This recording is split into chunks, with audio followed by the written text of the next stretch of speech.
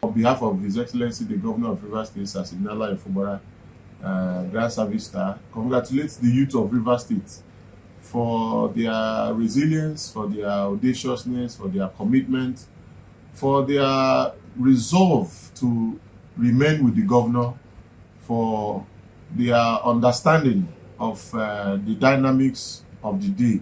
Like a philosopher Aristotle will say, that the youth are easily deceived because they are quick to believe. But in this case, Rivers youth, they've known what Usman Dafodio said, that the conscience is an open wound which can only be healed by the truth.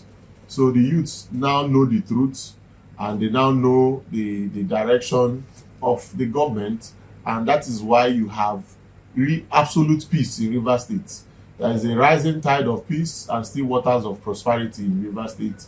Unlike before, you saw the U-tide that was devoid of violence.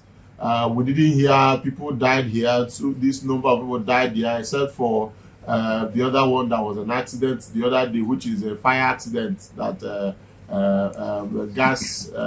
gas station or domestic gas this in coated with fire. Of course, that's industrial accident. But again, we must eulogize and applaud Rivers Youth for this wonderful disposition at this time of celebration. And that is why everywhere in Rivers State, people were moving about their businesses free, without any fear or whatever. And it shows that the world, they say, Martin Luther King said that the world suffer a lot, not because of the violence of the bad people, but because of the silence of the good people. Today, we have raised up. The entire youth of Rivers State has come up to the risen up to the occasion that it will not be subjected, will not be subjugated, will not be forced into what we don't want to be part of. Because today, Rivers State is moving forward, and you can see that. Well, like you know, over time, His Excellency the Governor of Rivers State, Siminala Efubara, has shown audaciousness, has shown candor in treating issue of state, and the youths of Rivers State are not left out. The government of the day has mainstreamed the youth into governance, into different spheres, into different sectors, not just governance. Of course, you have the background of the youth being the 80% of the local government chairman, the councillors, the advice, and all the employment that, of course, the government has embarked upon. They are 100% youth.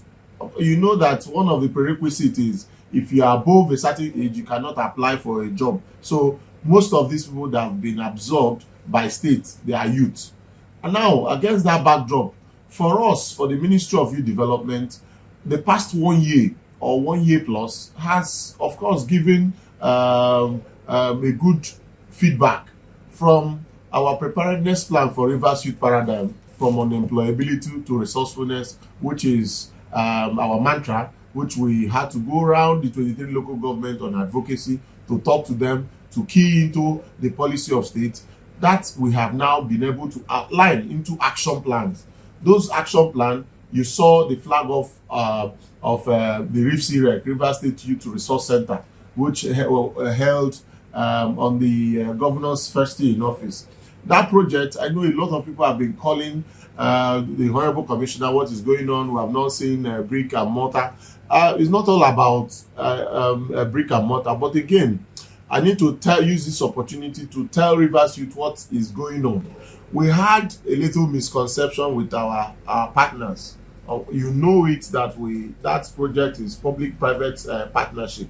We have our partners from the United States, Osborne Engineering Limited. And so there was a misconception. That misconception is all about, and the government was supposed to prepare the ground, and then the partners will cause erosion in my own mantra. The government was supposed to do basic social amenities such as road, fencing, pipe-borne water, and electricity. And that culminated to a certain bill. But our partners in their BOQ, which they were represented by their man on ground or the engineer on ground, went and twisted the amount that they were supposed to use in carrying out the main body of the project to government.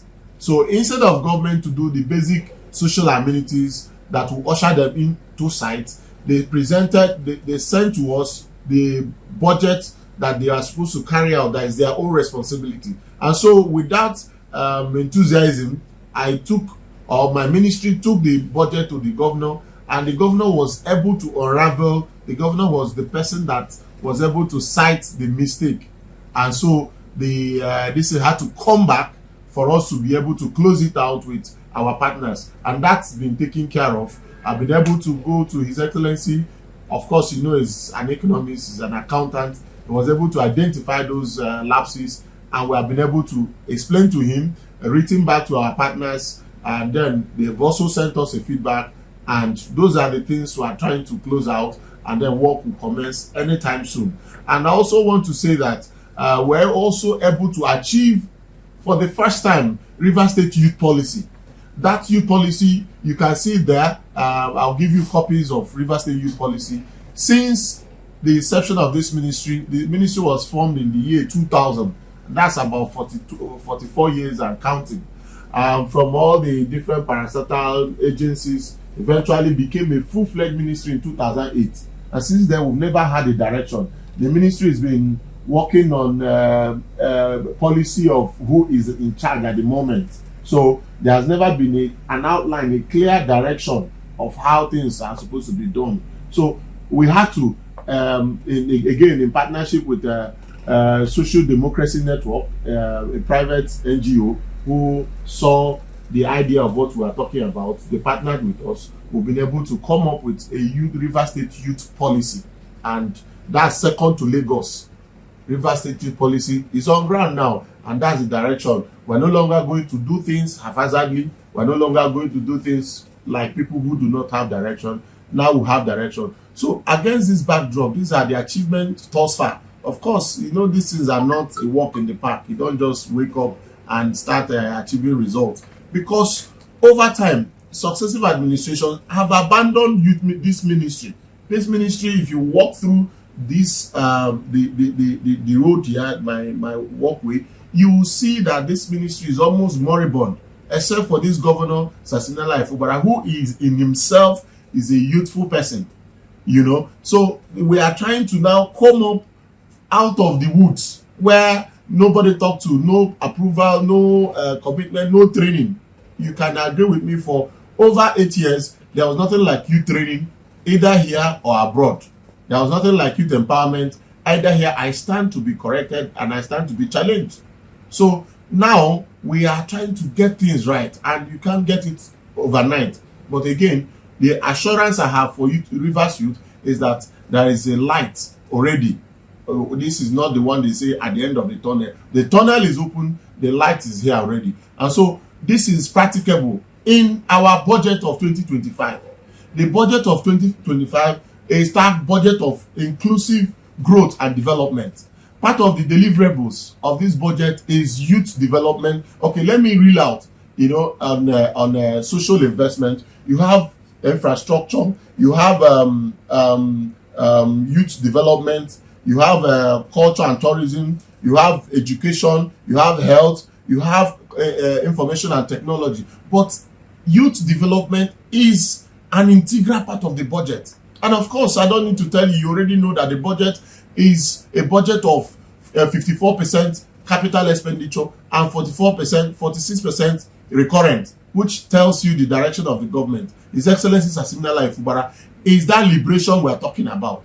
A man who embodies the spirit of service, that willingness to find meaning in anything that will result to the development, social welfare of Rivers people. I don't want to talk about workers, how they are happy, everybody is happy, but I want to concentrate on Rivers Youth. There are a whole lot we are turning out this year, and I'm telling you, as soon as the budget is being signed now and on stream now, we are going to hit the ground running by implementing our policy. What are those policies? First, we had planned training of 20,000 Rivers Youth in one cycle.